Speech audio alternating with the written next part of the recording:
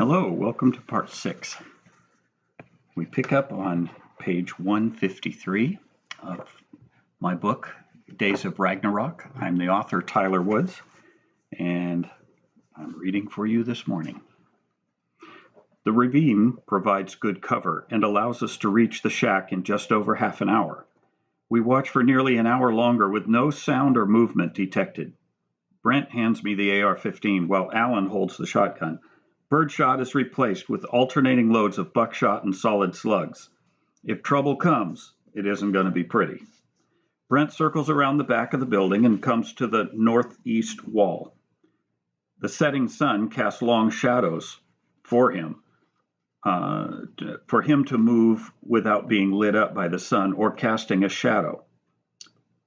Only one set of footprints leading to the shack. Slowly, pistol drawn, he peers into the shack's interior. I can hear him speaking softly into the shack. Holstering his phone, he calls for us to come quickly. Bring some water. Brent goes to the door and pushes it open with his shoulder. Inside, a man lies curled up on an old door, long since fallen from its hinges. He is alive but barely able to sip water. The remains of a votive candle on a badly chipped saucer must have been the source of light that Alan saw from the ridge the night before. Both the angle and timing had to have been perfect for him to see it from the ridge. Brent turns to me. We need to get this man to camp. He won't live long out here. If we alternate carrying him, we can get him there pretty fast. Alan has an idea. Why not use that door like a stretcher and lash a pole to the front? With two of us on the front and one on back, we can still rotate positions, but we'll get there even faster. We find a length of galvanized water pipe and tie it to the underside of the door beneath the man's shoulders. Alan and I start up front with Brent holding the door in back. The only problem is that whoever is in back can't see where he's walking, so the guys in front have to steer for unobstructed ground.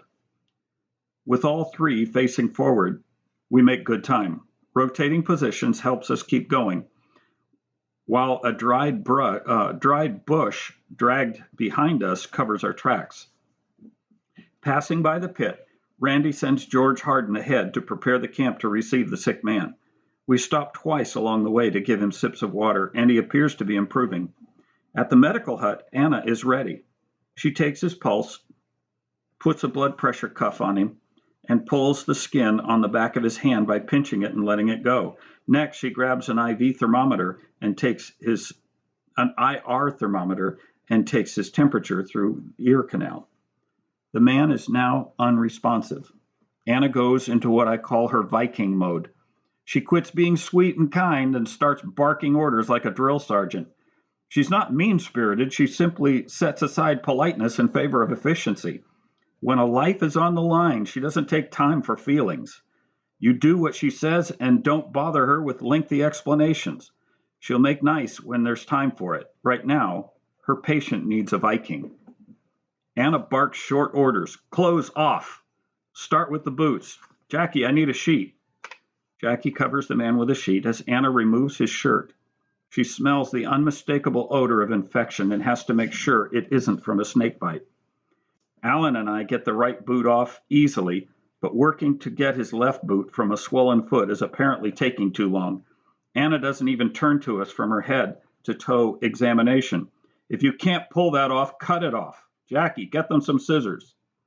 Alan holds the man's leg down, and I give another strong pull on the left boot. The boot comes off as Jackie hands me the scissors.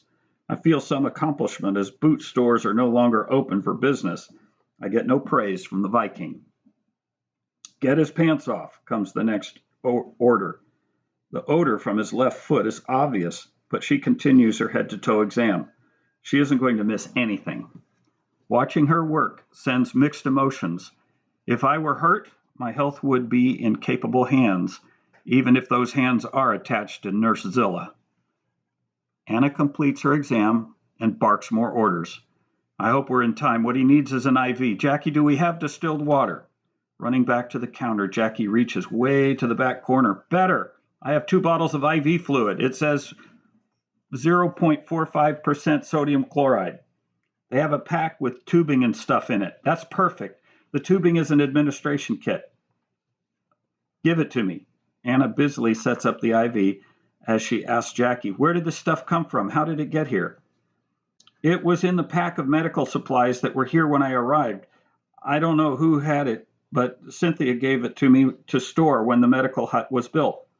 Well, Jackie, whoever it was, may have saved this man's life. Getting the IV started was a challenge with the man's dehydrated condition. His veins nearly collapse, but Anna manages to get the IV going. With the IV started, she goes to the shelf where she and Jackie have organized the antibiotics, looking for one in particular. There it is, doxycycline. Let's hope this works. This is going to be tough on him if he has liver or kidney problems, but it's the best we have, and he can't tell us his medical history. Jackie, I need a soaking pan with a quart of sterile water. Jackie goes looking under the counter again. She looks like a prairie dog, always ducking down and popping up from behind the counter, but the tone of Anna's voice conveys this is no time for laughs. Jackie soon has a pan with a quart of clean water. A gallon jug of boiled water is kept at the medical hut for use in cleaning wounds. Anna adds a teaspoon of baking soda and 95 milliliters of bleach to the pan of water. She is making Dakin solution to help cleanse the horribly infected blister on the man's left foot. This is where the odor is coming from, and Anna needs to clean and debride the wound. As Anna lays out a small surgical kit, Alan and I ask if Anna needs us to stay and are grateful to leave. This doesn't look like something fun to watch. An hour later, the man comes conscious, but he's very weak. He is able to tell us his name is Carlos, but little else. Not wanting to use the last IV bag, Anna and Jackie continue giving Carlos water by sips as his condition continues to improve. They take turns staying with Carlos through the night. I stay with Anna for the first shift, and George Harden sticks around so Jackie won't have to be alone on the second shift. Carlos sleeps peacefully, so Jackie appreciates George being there for company. In the morning, Anna and I come to relieve Jackie and George. After an hour, Carlos wakes up and is able to talk. Hello, Carlos. Do you remember me? My name is Anna. I've been caring for you since you got here. Do you know how you got to the shack where we found you? Si, yes, I remember you. I drove until my truck broke. Then I walked. Carlos, I'm Jason, Anna's husband.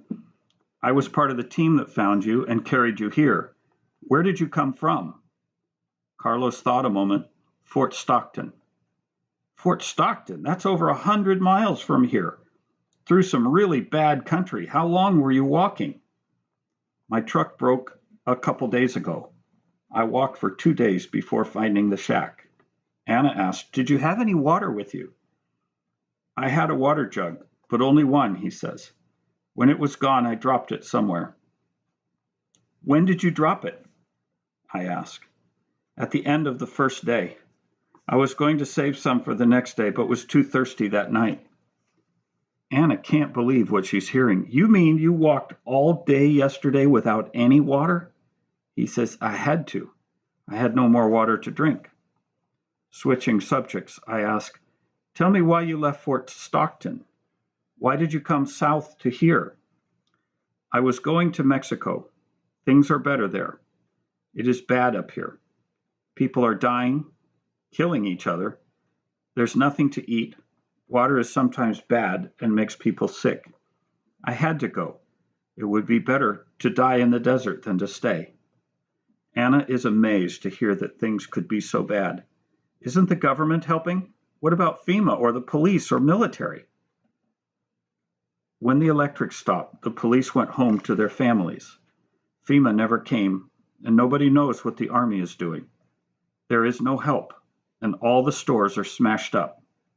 I had to find a safe place. It is no good up there. Anna looks at his wound, checks his temperature, and gives Carlos another shot of antibiotic. She gives me a look, and I follow her outside. He's still burning up. His temp should be coming down with hydration, but the infection is spreading. I'm afraid he's going septic. As Anna looks up at me, I see fear in her eyes for the first time since Carlos arrived. Jason, I'm just not good enough to save him. I don't have a hospital or lab or the drugs I need to fight this thing. Anna is being really hard on herself. I hold her close for a while and ask her some questions. Anna, if Carlos was admitted to a hospital, what would the process be? Anna looks up at me with welling eyes. They would have done all I did, but also taken blood. They would have identified the specific infection he has, and they would use an IV antibiotic. I take her hand. And how would they have determined what infection he had? From the lab tests. They would have sent the sample to the lab. And then Anna sees what I'm getting at. But I don't have a lab. And I don't have the IV antibiotics. My point exactly. Without a lab, you found the infection and used the best resources available to treat it. You did a good job and are still a great nurse. Anna puts her arms around my shoulders for a hug, and that's why I love you so much. Anna continues to try all she can to save Carlos, but nothing seems to help. The result now depends on how strong the infection is and how much strength Carlos has to fight it. The Viking goes back to its lair, and Anna is again her sweet, compassionate self, and all of us have a renewed appreciation for the power that rests within her. Carlos' fever keeps rising, and no matter what Anna does, it isn't going to stop the inevitable. There is just too much infection for him to survive out here. I sit with him for the 3 more days that he lives. As he drifts in and out of consciousness, I learn his name is Carlos Varga, and he has only one brother still living in Mexico, and that he has never met a more beautiful woman than Anna Connors. I certainly agree with him. You married the right one, Jason. Anna is soft heart and strong spirit. God has blessed you both with each other. Anna continues to be hard on herself, but is coming out of it slowly. She keeps going over everything she has done, but has yet to find a glaring error. My dad once told me there are 2 rules in life. The first rule is that everyone dies, and good people sometimes die young.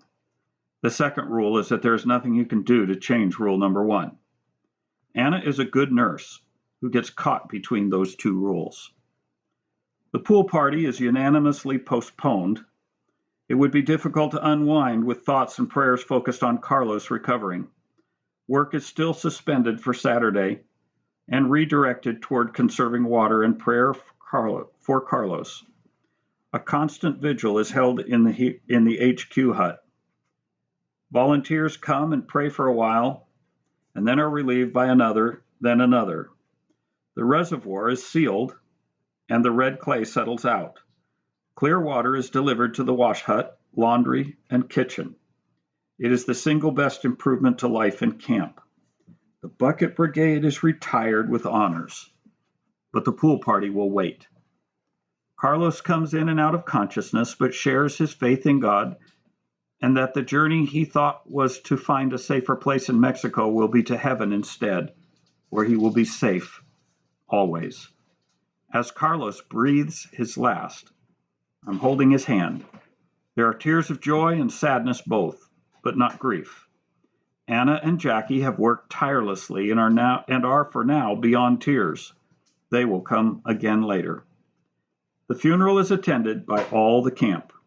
George finds a limestone slab that takes a chisel well. Carlos is buried at a beautiful place where wildflowers grow. He had only one request, that no dates be placed on his grave. He said, only my destination is important. Carlos Varga, now resting in God's care. Saturday comes again, and with it the camp pool party. As hard as everyone works, we play harder. Kristen Kelly and Corey Palmer apply their weaving skill to making grass hats. Some look like sombreros, Panama hats, cowboy hats, and even a dunce hat. Every head has a hat. Sunscreen isn't abundant, but sleeved shirts and long pants keep the sun off during peak hours. Our kitchen staff prepares food that can be carried to the creek, and Bob Isham teams with Brent Palmer to catch another javelina. Roasting pig on a spit by the creek adds to the party atmosphere. Javelina isn't really a pig, but the creek wasn't really a pool either. The party is a pure success. With the pig eaten, the roasting fire is now a campfire. Ramon Ramos plays guitar as the sun sets.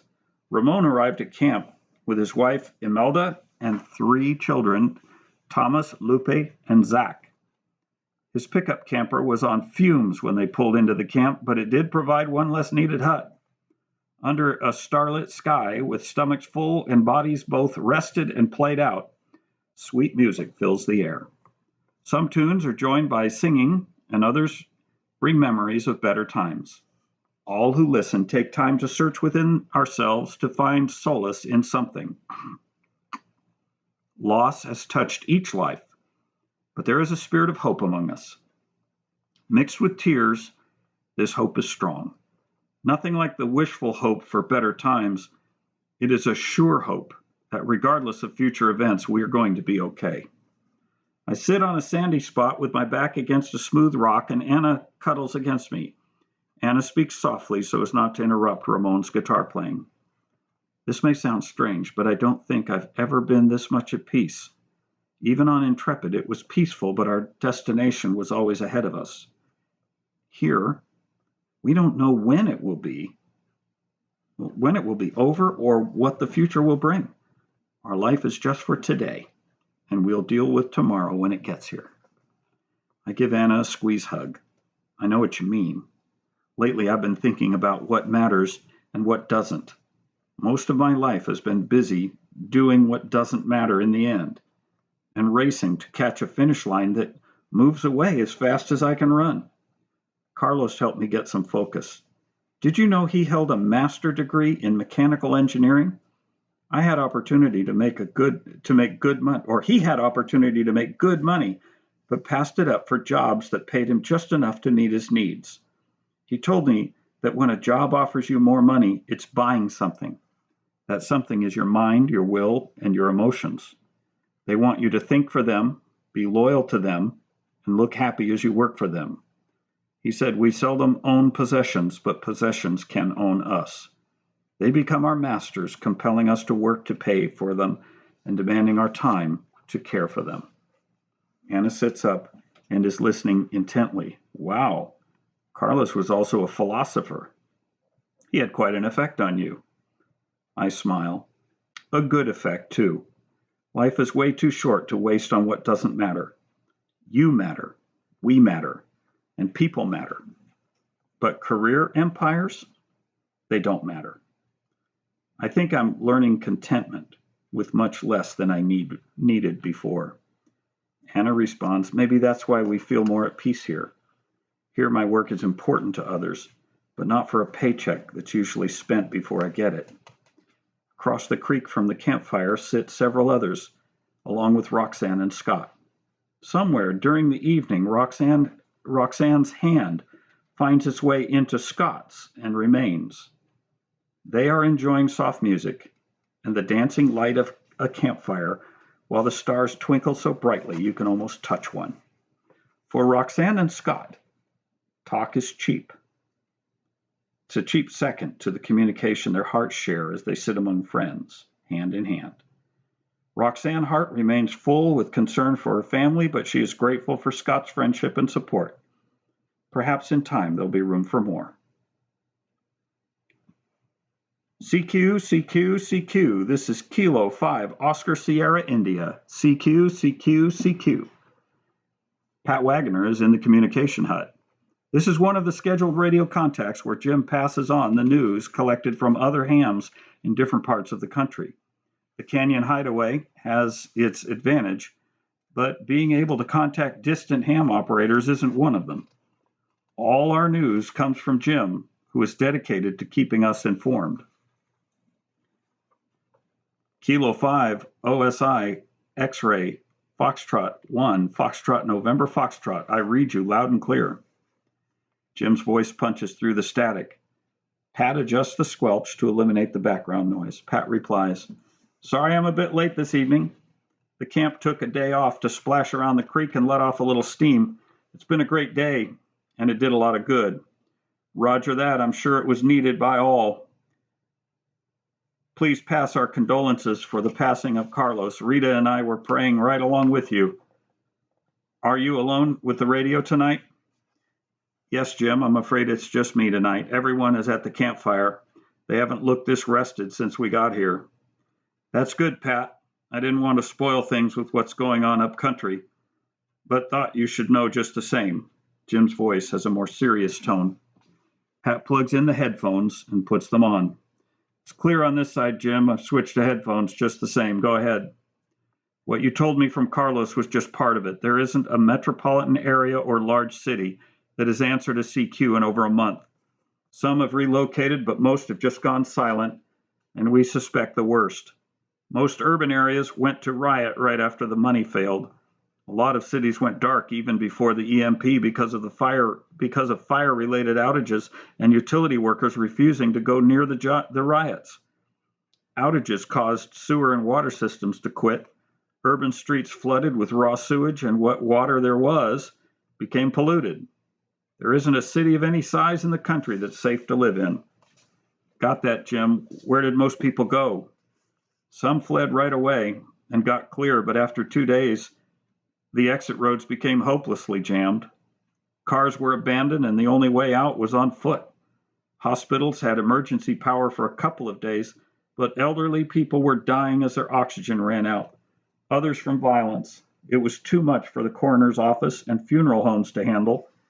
Pat, they're just leaving the dead in their homes and in the street. I've never heard anything like it. That's real bad, Jim. Didn't have the military try to help? What about FEMA? They didn't do squat. In their best day, they would show up too late and do too little. They never had a plan for a national problem like this. Communities are on their own this time. Roger that. Are any groups still standing? Pat is hoping for some good news. We're still hearing reports coming from small rural towns in out-of-the-way places. Some of these saw trouble coming and cut service lines from the grid after it went down. They're running on local power. There's one city that bought a diesel-electric locomotive for a static display. What few people knew was that it was functional and now provides emergency power to the whole town. Some towns are still kicking, but no big ones. What about violence? How far has that spread? It was concentrated in the urban areas first. Martial law was declared, and a lot of looters were shot. They couldn't control the inner cities, but did keep them contained. After the EMP, all control was lost. Without communication, they couldn't remain organized. After that, it was every man for himself. Shooting continued, and even the rioters had to hide. That slowed the spread. Is it still going on? Not much now. It's been 10 weeks or more since food and water were wiped clean from stores. No deliveries since, and people are starving. Not many of even the toughest gangs are left. Those with food and water are well armed, but it's not over yet. What do you mean, not over yet? Pat is listening intently. Reports are you can smell the stink of death from miles outside the city limits.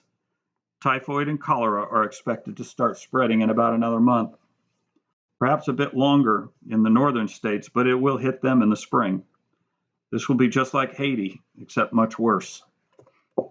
Pat's voice reflects the sobering thought of all the people he knows that never prepared and never gave serious thought to warnings given for decades. His only consolation is the small group at camp. By God's will, they will survive. We should be okay here. We're over 100 miles from a town of any size and isolated by desert. How long do you think we need to stay put? Best guess is another 8 months, but that puts you into May and past safe travel across the desert. Looks more like this time next year. I'll advise leaders here. I know this wasn't good news, Jim. I'm sure it was as hard to deliver as it was to receive, but thanks all the same. Give Rita our love. If there are any more supplies we need, I'm sure they'll be ready for the next contact. Stay safe. XF1 FNF K5 OSI. 73, my friend. K5 OSI clear on your final.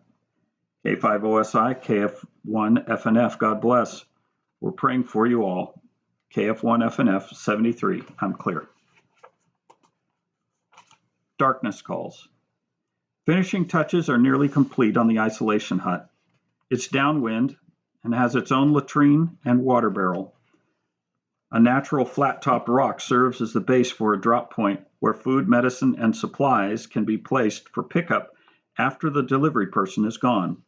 Without a local drugstore, camp has a limited supply of medicine. They can't treat everyone at once for colds or flu. Even the slightest symptoms are treated quickly, and the isolation hut is completed just in time. Anna and I are at breakfast as George Harden comes by our table.